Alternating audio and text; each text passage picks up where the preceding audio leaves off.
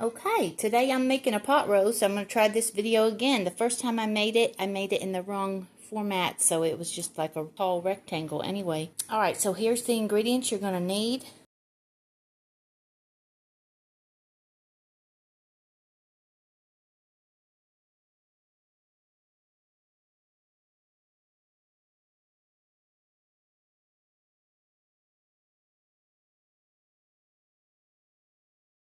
You're going to need some minced onion, brown gravy packet, an Instant Pot Mississippi roast packet, and freeze-dried parsley or fresh parsley.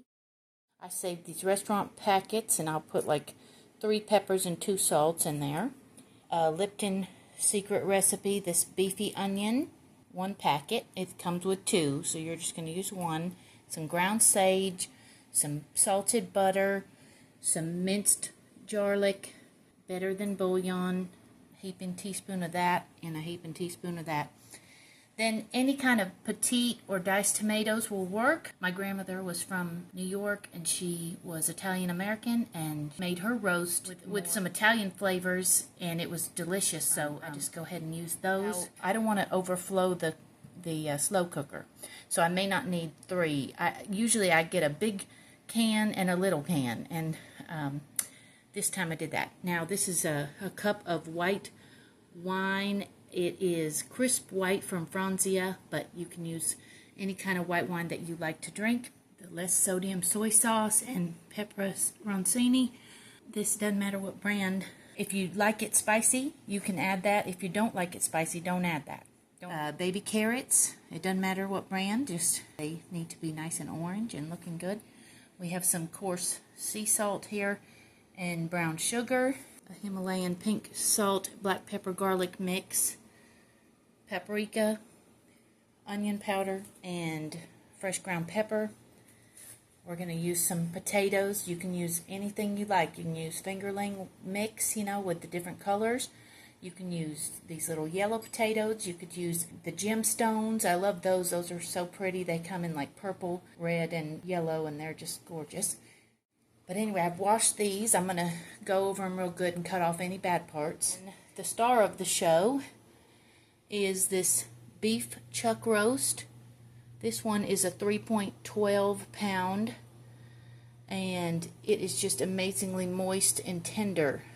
H-E-B, I'm just loving their meat. So I think they give their cows massages. I really do. But anyway, this is incredibly tender, and we thank that cow for its life. And here we go. I forgot to tell y'all we needed 1 onion. Sometimes I cut up onions the day before and freeze them, but today I didn't, so I am going to cut this up.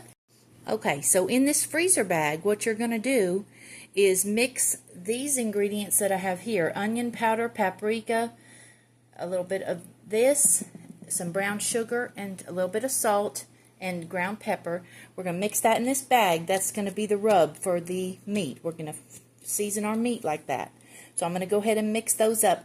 I use, say, about a teaspoon of onion powder, about half teaspoon to a teaspoon of paprika, probably a half teaspoon of this, half a teaspoon, maybe a whole teaspoon of ground pepper, and about a cup to 2 cups of this dark brown sugar. You can use any kind of brown, and just a half teaspoon of salt. Yeah, because this already has salt. Okay, so that's what I'm going to put together now, and then I'll show you what that looks like. Okay, and I just mixed that up real good, squished it together, and there you go. So now I'm going to put the meat in this and try to cover the whole meat in this. Okay, so it's a boneless chuck roast. Okay, so this is what this looks like. I've massaged it real good on all the sides and spread that mixture out. I rinsed out my pan so it's got water in it. What I'm going to do is turn this on to about a 5.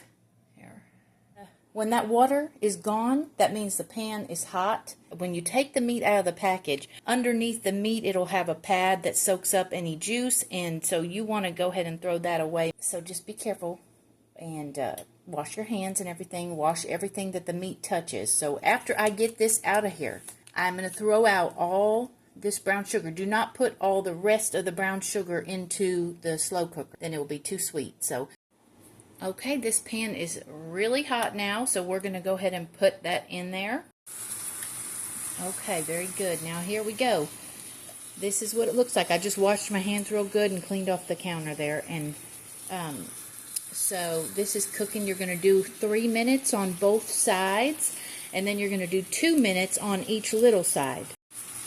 If you see that it's getting too dark around the edges, like if this starts to turn, a dark brown, we're going to turn down the heat just a little bit because I got my pan real hot, so I'm going to turn it down maybe to like a 4.5. Okay, and we're going to keep that from happening. But it's okay if it gets dark brown because we're going to keep all that good stuff, and I'm going to show you what to do with that. So do not rinse your pan. After this is done, don't rinse out that pan. You're just going to take it off the heat. Go ahead and turn off your stove after this is all done, and save that, and we're going to use it. Okay, now I turned it. See how pretty that is. It's a really pretty, nice dark brown here. And I made a big mess trying to flip that.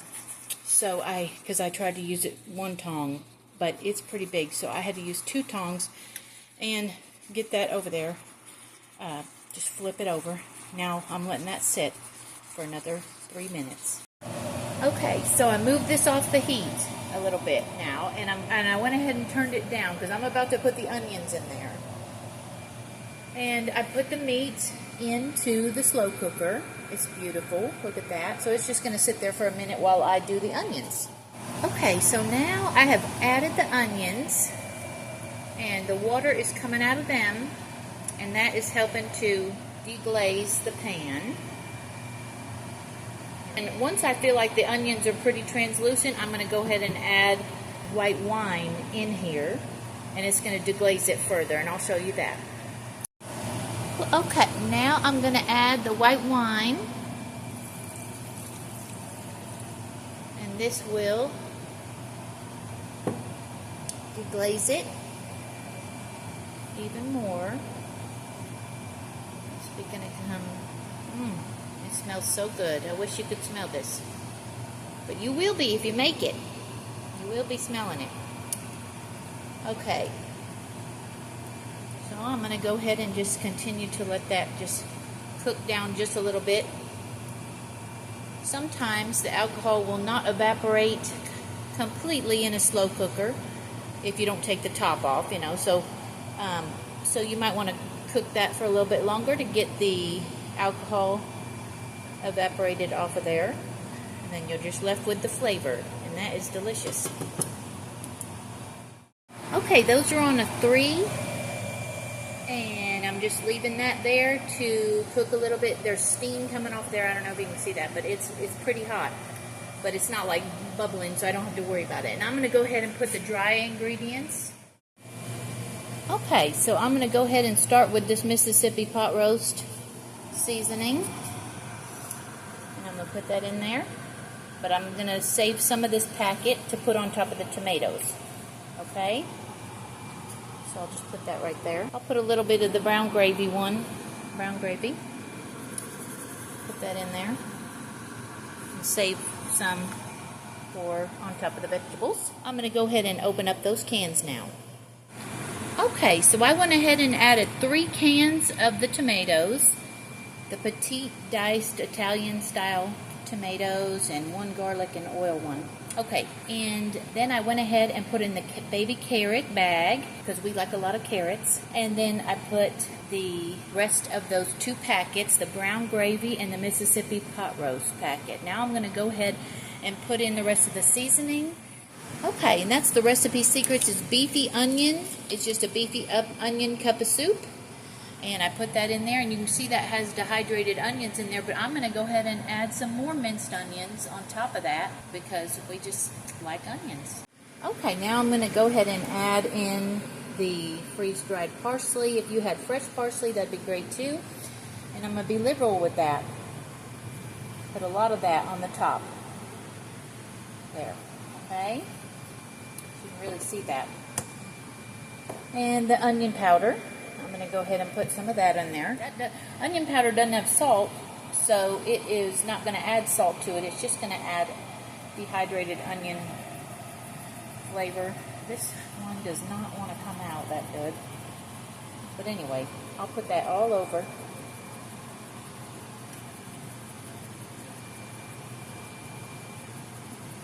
This is just the store brand. Some of them come out faster than others. This one comes out real slow, so, okay. Now I'm going to put some ground sage. And I'm going to put about maybe a half teaspoon of this, maybe even depending if how much you like sage. And I just sprinkle that on the top there. And you probably can't see it, but it's like a light green color. Okay, and now I'm going to chop up the butter and put some butter and some garlic and a heaping teaspoon of beef soup base. Okay, so I've cut up my butter. I'm going to put that on top. I almost forgot the tomato paste. So this is a small 6-ounce can. You can use any kind you want. Tomato paste. I'm going to put that in there and mush it on top. Now, I'm going to take this soy sauce over here. You can see, I'm just going to show you what I have so far. I put the butter, I put the tomato paste, I put the seasonings and the minced garlic and some of that beef soup base. And I'm going to go ahead and put in the soy sauce, you know, the less sodium version, but just put that on there. And then I'm going to go ahead and try to get a third of the pepperoncinis out of the jar and their juice. Okay, so I went ahead and put in that, and what's left of the seasonings, got that in there. And now I'm going to go ahead, these onions have been at a 3 and they've been just cooking away. So I'm going to turn off the stove and take this and carefully put it into here. And then I'll show you what that looks like. Okay, so all the onions and that mixture is in there. You'll see there's a lot more juice now. And I just put some hot water in this pan, and I'm going to let that sit for a minute. I might put a little bit more. That will help to get what's left off. And then I'm going to wash that real good, and that'll all come off. But see how amazing that wine did that? Got all that off. That sticky sugar is gone. Okay, so I have cut anything yucky off the potatoes and just made sure they didn't have anything sticking out or anything. And now I'm going to poke holes in them and put them in the party. Okay, I have got the potatoes in there. I am going to let this go for 4 hours on high, and then it's going to either go to warm, or if it's still not falling apart, I'll put it on for an hour on low, because this is a big roast. So we're going to go ahead and check on that in 4 hours. I'm going to leave the top on, and I'm going to try really hard not to touch it, because it is tempting. Sometimes I flip it over, but I think when I don't do that, it comes out better. I'm sorry, I almost forgot. I put a little bit of Brita water in the top, just a teeny bit. Okay, not all the way up to the top, because you get a lot of water in those tomatoes, and the wine, you know, that adds liquid, so you don't need too crazy much. And go. Good luck on your pot roast. But I'll be back. I'm going to show you how to make gravy, and it'll be great. Okay, so I just wanted to show you that I have the pan soaking with hot soapy water. I've got the crock pot going. Everything is in the dishwasher now, and the dishwasher is running. The red light finally went off. I am going to clean it with this. And I have everything in this trash bag. It's just real easy cleanup, and that is it. I hope you enjoy cooking for your family. It's only 1:35 now. This should be ready about 6 o'clock, 6:30, something like that. I'm making this one for my mom and dad, so I'm going to package it up and bring it over there. Okay, it is really hot. So what I'm going to do is get some of this juice out of here, and I'm going to put it into that little pot, and I'm going to make gravy. And so you can see how hot that is. Okay, so I have that in that pot. I'm going to put the top on, and this is already real hot, but I'm going to put that on to a 3, maybe a 3.5. All right, and then I'm going to go ahead and get some flour for the slurry. So I have this flour, and I'm going to put some Brita water in there. I'm going to make the gravy with this thing, and it looks like this. Okay. Well, I won't turn it on until I get it in there.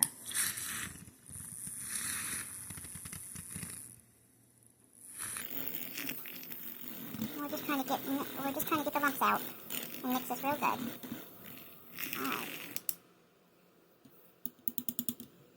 Now.